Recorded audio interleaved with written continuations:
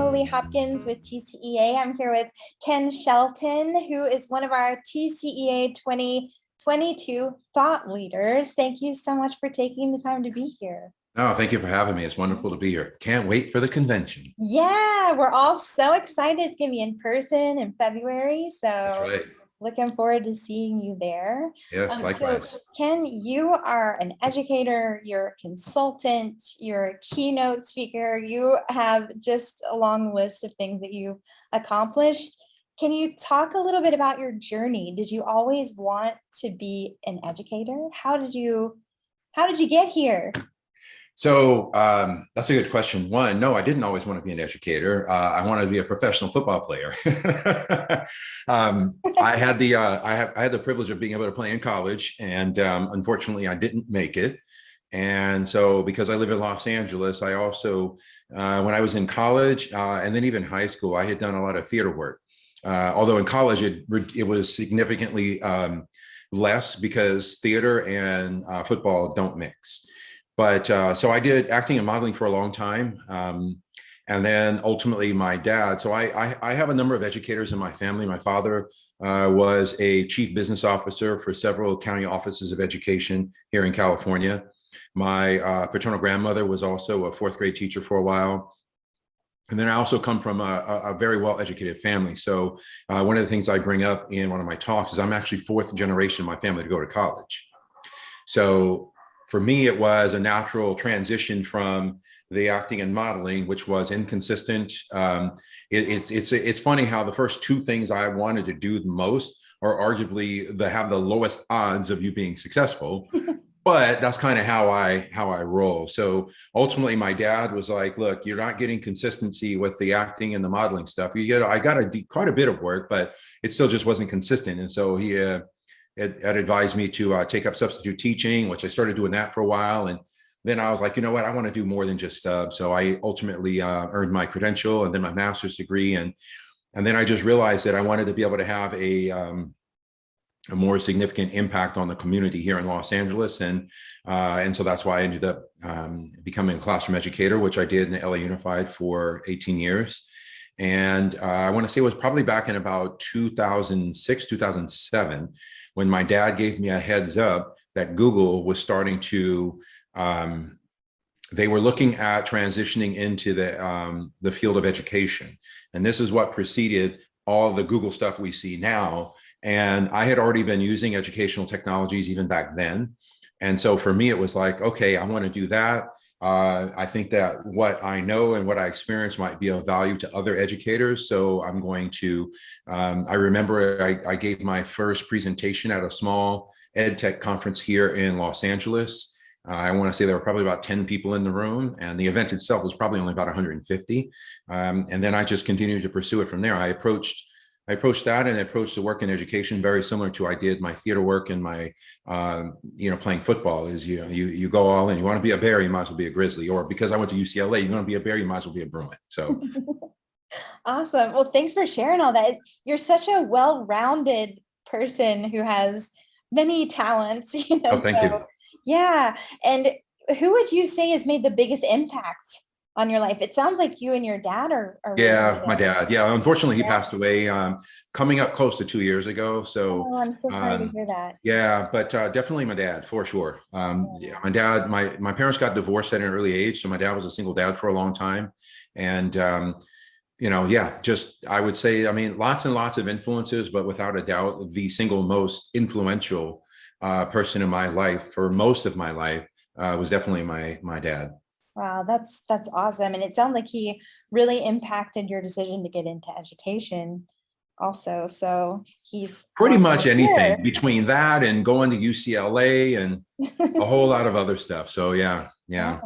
I think part of it, in all honesty, was the fact that there was only a 23-year age gap between my dad and myself. And so, there were a lot of things in his life that were very similar to mine. And ultimately, as I got older and he got older, you maintain the parental relationship, but I enjoyed hanging out with my dad too. I mean, I would go with him on fly fishing trips. and stuff like that as well. So I did a lot of stuff with my dad that is outside of what would be a normal father-son relationship. It's the stuff you do with your friends, and my dad was definitely one of my friends too. Wow, that's so cool. That's really Yeah. cool. So there's a lot going on in education right now. Yes. And you have, a history with ed tech, and clearly technology has moved much more front and center now, especially coming out of through the pandemic. And now coming out of the pandemic, we're reintegrating back into classrooms, and things have changed, whether we like it or not. Things have changed drastically, and things have had to change very, very quickly, right? So, in your opinion, what is the next major change that should happen to help revolutionize education? I think first, the recognition that a lot of the things that were brought to the surface during the pandemic and during lockdown have been around for decades. I mean, there were a lot of inequities that people are like, oh my God, I didn't know this happened. I'm like, yeah, well, that's been in place since even when I was in school. Yeah. So I think there needs to be whatever the reimagine is defined as. I think ultimately what needs to occur in education is across the board. And so I don't blame, nor do I solely put responsibility on parents, on kids, on classroom practitioners, site administrators. It's across the board. Is a recognition that the system as it is not equitable, and needs to be completely reformed. And in some cases, some elements need to be dismantled and abolished. And this is precisely why I vehemently reject the use of the word disrupt, because disrupt is a temporary change. Everything from the fact that why is it that I can go to certain areas of our country and not have a cell phone signal? Why is it that based on geography and social class, I can predict with a high degree of accuracy whether or not a household has broadband access? I mean, all those little things that they may seem little, but they're not, because when a child is denied broadband access, or even in this case, a household, what are they missing out on that those of us that do have broadband access do have access to? And then the other thing is recognizing that learning is not limited to an app or a platform or a device. Unfortunately, I still to this day see a lot of cases where devices are being used with a high degree of regularity, but then when you start to interrogate how they're being used, it's a head scratcher. And it's the way I always ask, when you're using technology, are you simply digitizing your lessons, or are you using it to literally transform learning and dismantle any potential barriers that may exist, whether it's barriers of access, barriers of understanding, barriers of ability, any of those things, barriers of being able to represent your knowledge and understanding what you're learning. So I think in the end, the word that I always resort back to when it comes to all that is there has to be a higher degree of humility. A lot of folks think they know a lot. And to be honest with you, this is why you shared it at the very beginning. This is why I don't necessarily embrace the descriptor of thought leader, because ultimately, if you do, then think about what you're saying about yourself, that everything I think I'm leading others, when for me, I like to liken myself as a thought provocator, and that we are in this together. And then ultimately any systemic or institutional changes that are going to occur have to occur based on community and coalition. They will not occur with a singular individual. And so that's why when some people, they do share that, they're like, oh, you're a thought leader. I'm like, listen, I'm a thought provocator, and I'm doing the work just like you. I just happen to have a different set of experiences, a different set of perspectives, and in some cases, different opinions. But ultimately, if we can identify a commonality in our purpose and our mission, then that's what matters the most. Yeah, that's a beautiful expression, thought provocator. I love that. I've never heard that before. That's really cool. Right on. Yeah, so cool. Thanks for sharing that. That's awesome. And one thing that came up when I was researching you was tequity. Yeah. And can you talk to that a little bit? Can you define that for us and talk about Absolutely. And what role that plays? So I learned that term from two educators in Colorado, because I know there was a Twitter chat probably about 10 years ago where they were like, we need to think about technology and equity, and the chat, they literally distilled it down to the use of that word tequity. And so I talked with these two educators in Colorado. It's Nick Steinmetz and Kevin Rebo. And I was like, you know what, that word is the exact word I've been looking for because to encapsulate what my perspective is on educational technology. So I simplistically define it as merging the effective use of educational technologies with culturally responsive and culturally relevant learning experiences to support learner development of essential skills.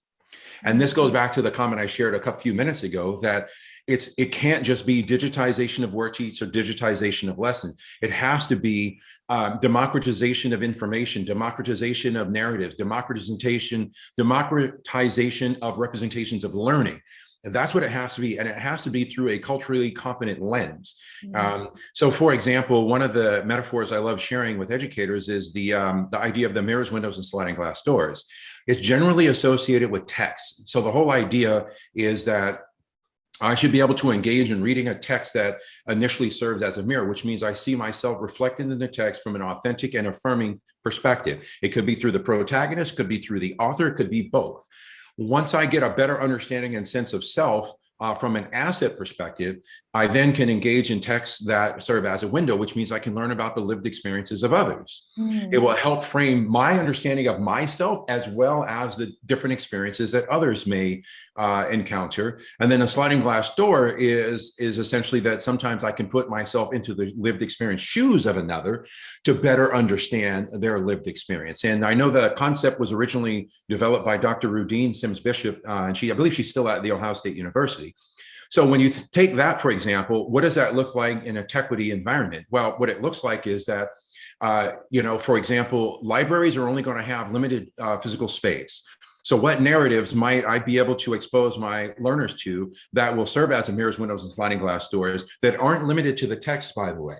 So it could be anything from representations in maths, representations in science, representations in English, across the board. And so the whole idea here is that you are using technology to dismantle barriers that exist around, again, access to information, access to narratives, and then also mechanisms for representations of learning. We hear a lot about the use of the word creativity, which I always share two things. One, creativity is subjective, so therefore it should never be part of any grading criteria, ever. And two, creativity should be that you have a large volume of options and you pick which works best for you, and then how you design the representation, in this case, of your learning as a result of that. And so for me as the educator in the classroom, it's to ensure that all learners have the right degree of access to resources and supports necessary to realize their full potential within the context of you are in a culturally responsive and culturally relevant learning environment, and we have the access to the technology in the first place. And so this is why I really discourage educators from, for example, attending sessions that are like 60 apps in 60 minutes, or fixating on one specific platform or one specific app or one specific type of device, because ultimately you want to be able to assess what are the needs and what are the resources necessary to realize your full potential. And then now how might I, within the context of what I can do, whether it's classroom practitioner, site administrator, or district level administration, what can I do to ensure that that access is ubiquitous for all learners within a classroom, a school, or a district? Okay. And you talk about being culturally responsive. You've said that word, or that phrase several times. And for TCEA 2022, a lot of your sessions are about being culturally responsive and about equity, diversity, and inclusion. Can you just define for us culturally responsive and what that means? And what does that look like in a learning environment? What does it mean for a learning environment to be culturally? So perfect. So a culture is there. Let's juxtapose, or not just, let's differentiate it. A culturally responsive educator in a classroom and a culturally responsive leader at a school. So the whole idea about being culturally responsive is developing an acute awareness and mindfulness around the cultural norms that exist within your learner population. In many cases, schools tend to assert what I would say a cultural dominance in the environment based on what has been habitually normalized, or what is centered around, in some cases, what the administration feels is necessary or is appropriate. And when you do that, you run the risk of othering any children who don't fit into that norm. And then you have to resort to coercion and compliance in order to get them to conform to it. So being culturally responsive is there's the two parts. So if I'm a culturally responsive educator, the first thing I have is an awareness of myself and my own cultural norms and what I value across multiple cultural levels. So there are things like, and I talk about this, and I brought it up in the keynote for TCEA last year, the whole idea around like food. Okay, so that is a low-level cultural thing. Now, what is normalized for the types of foods that I seek to consume, that I prepare, that I'm most familiar with, and how might it be different for some of my learners? Then you get into things like degrees of affirmation, like mechanisms for affirmation. Some kids, they want the verbal, some don't want the verbal, some want just I always distill it down to the easiest way to affirm in a culturally responsive environment, affirm all your learners, is make sure that they're seen, heard, and loved. That's it. And now part of that is that you're not asserting some sort of a cultural standard across the board in regards to essentially things that are normalized around how students dress, patterns of speech, representations of learning, understanding of narratives. And so ultimately the whole idea of that is that you are responsive to the cultural norms within a classroom, and you do it in a way of which there isn't a cultural hierarchy, and every individual's what is normalized for them is not only affirmed, but it's seen as an asset, because ultimately think about from a standpoint of a class of, let's say 35, if you've got, let's say, really distinctly different cultural norms in that classroom, and you're doing it from an affirmation perspective. Now let's go back to the mirrors, windows, and sliding glass doors. So one, if I'm affirming you, it serves as a type of mirror, because it means that I see you and I hear you, and my loving for you is that I'm affirming who you are as an individual. Now, because of that, you can be your whole true self, which means now your classmates are going to benefit from it, because you're not having to change something that's you. Now it serves as a window for your classmates. Okay, and then ultimately, for me, for example, when I was in the classroom, I used to always challenge my students in the following and say, so what about you can you identify as both an asset and can support your learning and growth? And then now, how might you use that to support that of your classmates as well? And in fact, I would even challenge the last few years in the classroom, even challenge my students to say, how might your grade change if you were evaluated based on how much and how well you help others?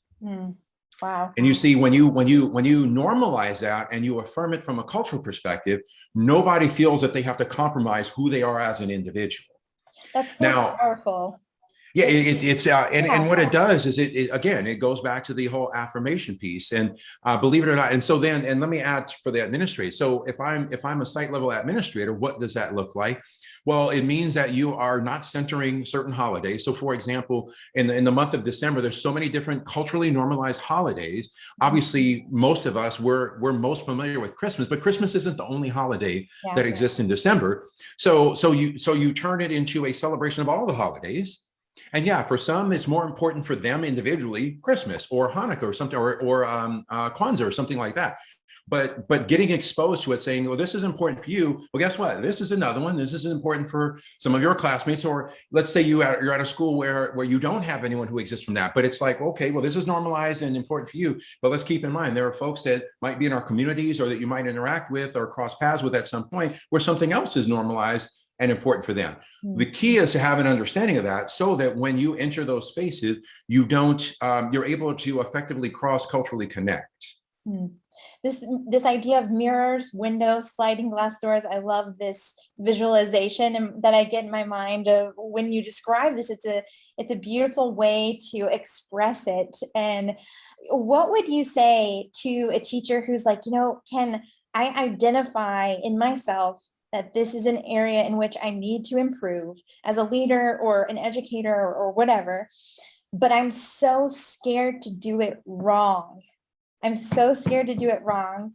How do I start? What do you have any words of wisdom? Do you have any resources or, practical recommendations for teachers who might be feeling like, I want to do this, but it feels so big and I'm so scared to do it wrong? Well, I mean, I have heard that before. So The first step is to ensure that in this case that the educator, again, is seen and heard Mhm. by affirming their awareness in the first place. Yeah. So the fact that it's been brought up to me, to your point of, okay, this is something that I recognize as an area of growth I need to engage in, I always respond saying, perfect. The first big step is the awareness. There's a Mhm. lot of things that are normalized that we aren't aware of. That's the whole point of culture. It's the analogy I love to use is it's like a fish in water. Water's normalized. They don't, oh, there's waters in here. No, it's normalized, like us with air. And so the awareness piece is the first part. Now, when it comes to the fear factor, I always encourage educators, there are three things that you can do to mitigate fear becoming an inhibitor for your growth. Number one is to identify books or educators that have that represent some degree of authority on the topic. So even something as simple as looking at your social media feeds and exposing yourself to the posts or the resources or anything like that that is shared by many of those educators. So that's one. Number two is to look at your, and I even bring this up in one of my keynotes, is to look at your PLN. If your fear factor is not, it serves as an inhibitor, then I would ask, who are you surrounding yourself with that you're afraid to make a mistake? Because the phrase that I use in many of my workshops, me being a Black male educator, is I have a lot of white friends that they know that when I give them information, feedback, or share learning, it's from a loving accountability perspective. And the whole idea is I'm not sharing something with you to essentially to instill any degrees of guilt or shame in you. It's if we don't work together to essentially become a better version of ourselves, then what exactly is it that we're doing? And so then I know that in the case with me, with a number of them, the feedback that they're getting from me is valuable, because otherwise they're not going to get it. Mm. And this goes back to the thought leader thing, where when I look at my circle, there's lots and lots of things that I'm even unaware of, but because of who I am strongly connected to, I know that if someone were to ping me and say, hey, Ken, I want to share some thoughts and observations with you of your talk or this or that or the other, I know it's going to be from a loving accountability perspective that ultimately I'm going to take it in, I'm going to process it, then I'm going to take tangible actions as a result of that. So, the whole idea around fear of making a mistake, look, I mean, we all make mistakes, we're human. The question is, when you're presented with new information, do you reject that information and desperately grasp and hold on to what's safe and familiar for you? Or do you embrace it as an opportunity for growth and then now seek the right degree of loving accountability from those that you care about and that care about you as well? Mm. And I think those two parts are the key there, is those that you care about and those that care about you, so that dynamic is that phrase that I like to share is loving accountability. Mm. That's great. Thank you for that, Ken. I really appreciate you sharing all of this. Another thing that you talk about is storytelling. Yep. And you talk about, tequity, technology, and storytelling, and how and should technology be combined with storytelling in a learning environment? Why is this important? Oh, I mean, because stories is what make us who we are. Mhm. I think if you were to apply storytelling within a equity environment, it's the recognition that there are multiple and a myriad of ways of producing and distributing story.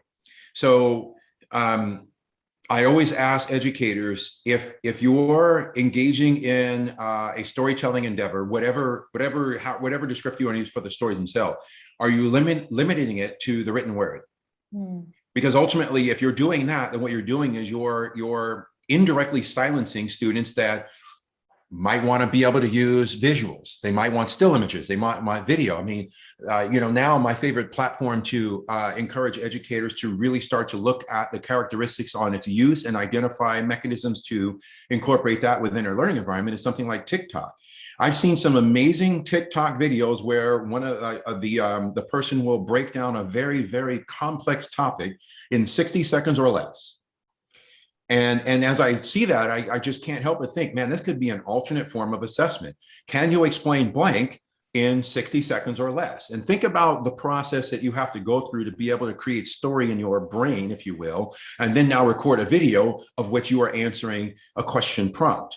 And I always share with educators, look, if TikTok is not permitted in your school district, then utilize a platform, for example, like Flipgrid, where you set the same parameters, 60 seconds, but you utilize the characteristics you see on TikTok, and now you're going to record your video there.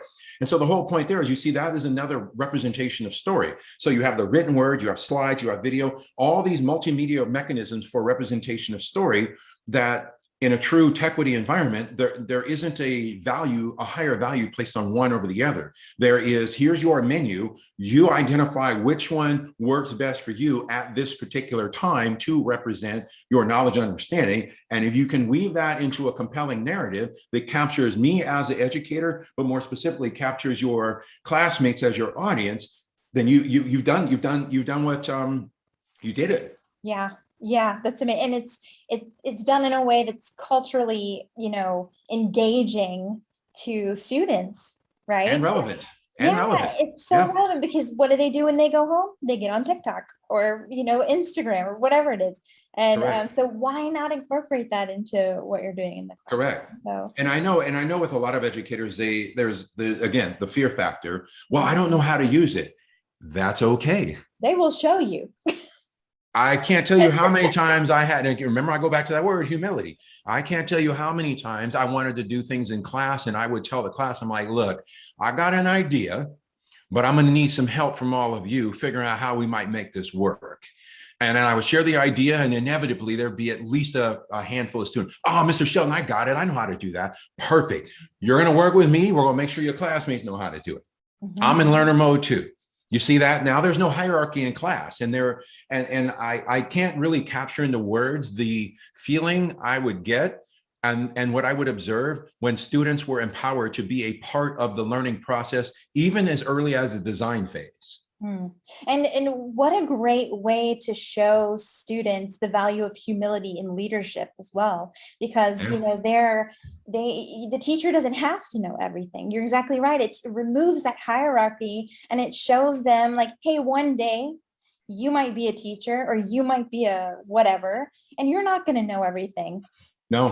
How do you feel right now when I am incorporating you in this lesson? You're going to be able to make other people feel that way. Right. It's not possible to know everything. Yeah. It's just not. So once you, again, remember the awareness piece. So once you're aware of that and you acknowledge that, it's like, okay, I'm okay with it. I do think for educators in general, there is the recognition of that. And I also recognize that, I've had dialogue with educators where the environments that they're working within, they are expected to know everything. And this is where I go into culturally responsive leadership, because the thing is, if you go around and you expect all your educators to know everything, then I would love to have dialogue with you about that, because we don't. It's impossible. Yeah. And by the way, it's one of the biases that I talk about when I do my anti-bias workshops, and it's called the Dunning-Kruger effect, is that we think we know more than we actually know, and you don't realize that there's a whole lot more that you don't know until you begin to engage in a learning endeavor in the first place. Yeah. The common phrase we use is going down the rabbit hole. Yeah. And how we're setting our faculty up for failure if we have this unrealistic expectation that you must know everything. Correct. Oh gosh, well, if I have to know everything, I know I don't know everything. So I'm already starting out correct in a position of failure. And even pointing to that with the whole one size fits all PD, professional growth. But again, this is why I juxtapose the workshops that I do and being culturally responsive. It's not the same for a classroom practitioner as it is for a site administrator, or not even the same for a district level administrator. The whole idea is, how are you looking at the macro and the micro levels of the environments that you're operating within, and doing it from a culturally competent lens. Yeah, and at TCEA 2022, you're offering kind of something for everybody, right? You have like your session for leaders, you have your session for teachers. So you're differentiating that with the sessions that you're leading for us. So I would say some of the core bases are going to be similar, but how you operationalize them is going to be different for sure. Yeah. So we all know that this is an exceptionally difficult year in education. We've got, educators, you've got leaders who've taken on a lot there's a lot of exhaustion, there's a lot of burnout. Do you have a message that you'd like to share, in the middle of all this with people in education? Yeah, I do, and I've been very intentional in normalizing it before my keynotes. I will bring it up when we are together at convention. One of the things I always ask groups of educators is share with if we're face to face, or even if it's on Zoom, share in the chat something you've done for self-care in the last month. I think it's important to normalize that. It's important to normalize don't bring work home. It's important to normalize that there's no hierarchy placed on self-care. For you, it might be just going for a walk outside. For me, one of the things that I don't do it now. I haven't done it in the last month because the changing weather and the temperature of the water. But one of my big self-care things, especially for the month of August, I would go every week. I would go out surfing. And of course, a lot of people, they don't know that. They're like, wait a minute, you surf? I'm like, well, first of all, I grew up in Southern California. And yes, I learned how to surf at 13. I am not great, but I'm good enough that I can go and enjoy myself. I love being in the water and on the water. That's why I like stand-up paddleboarding as well.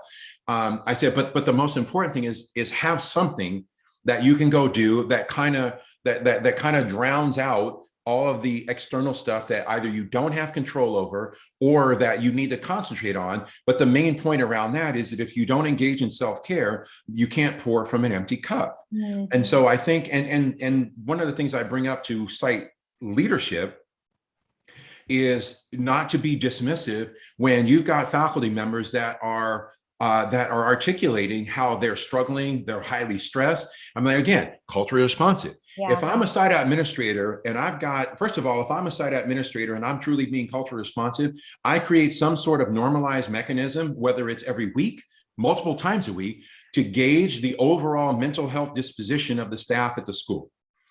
And a friend of mine who's a principal, he noticed that his staff was under an undue amount of very, very heavy duty stress.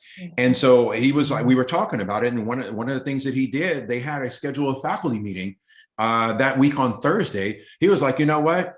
I'll just send it in an email. Use this time to go take care of yourself, whatever that may be. And I share with him, I said, you know what I would do is I would start doing something each month if you can. Granted, there are certain rules you have to follow, but I was like, you know what, maybe encourage some staff, like, for example, English department, if you all have to have a departmental meeting, then go to a cafe and get a tea or a coffee and have your meeting over there, or go get your nails done. And then you can just chat while you're getting your nails done. Like all of these things, they don't necessarily have to do it, but the whole point is that you're sharing an idea. And what's more important than sharing the idea is a recognition that you got to do it in the first place. You see what I'm saying? If I'm an educator at that school and the principal or the administrator is saying these things, it lets me know, okay, they recognize what's going on and now they're being responsive to the culture of the school itself. Well, and they're saying that it's okay. Correct. Like it is okay to need time. It's okay to be struggling. It's okay to take care of yourself. Remember, I shared, seen, heard, and loved. Yeah, exactly. I see you and I hear you. And so my loving response is to acknowledge what I'm seeing and hearing and offer a potential solution. Yeah, in a very practical way, Correct. I'm going to offer you time because I'm recognizing that you don't have enough time. Correct. Or whatever the situation may be. So, okay. And I want to be mindful of your time. We're already about 5 minutes over. So I just have one more question for you. Okay. So, in the midst of exhaustion and burnout and all of these heavy things, what do you think is the benefit to teachers, to educators, to leaders of coming to a convention like TCEA 2022 when they may be feeling like, oh my gosh, I have so many things to do. I have so much on my plate. This is one other thing. Why should they come to something like this in the middle of this year? Honestly, I think I would rank probably number one, reconnecting on a human level. And part of that reconnection is aligned with what you and I were just talking about. Yeah. I messaged a few friends that I know work in several districts there in the state of Texas. And I'm like, when I see you next February, let's pick a morning and let's go get coffee together, even if it's for just an hour. So there's that reconnecting. And then also operating from a degree of grace and humility as far as It is a convention. There are sessions. We are engaging in professional growth and professional learning together, but also that part of that can be seen as a therapeutic thing. So in other words, I'm reconnecting on a human level, and I'm also going to learn alongside some of my colleagues, some of my friends, strangers that I don't know that I will get to know. I mean, all of those things that can be a bucket filler rather than a bucket drainer. Yeah. And I know it's hard. Trust me, I get it. I have conversations with friends that are classroom educators, or even quite frankly, a number of my friends that are superintendents as well. And so for me, it's again, I've already, like I said, let's get coffee one of the mornings, or let's go break bread together in the evening. Or when you go into a session, try to drown out all the other stuff. Don't worry about answering your email for that 1 hour or that 90 minutes, and ask the tough questions. Let's look at how we might be able to amplify each other's voices around taking care of ourselves, so that way we are in a better position to support the needs of our learners as well. Yeah. Awesome. Well, thank you so much for taking the time to meet with me today. It was a Yes, of pleasure course. chatting with you, and I cannot wait to meet you in In person. person. Hey. Yeah, it's going to be so great.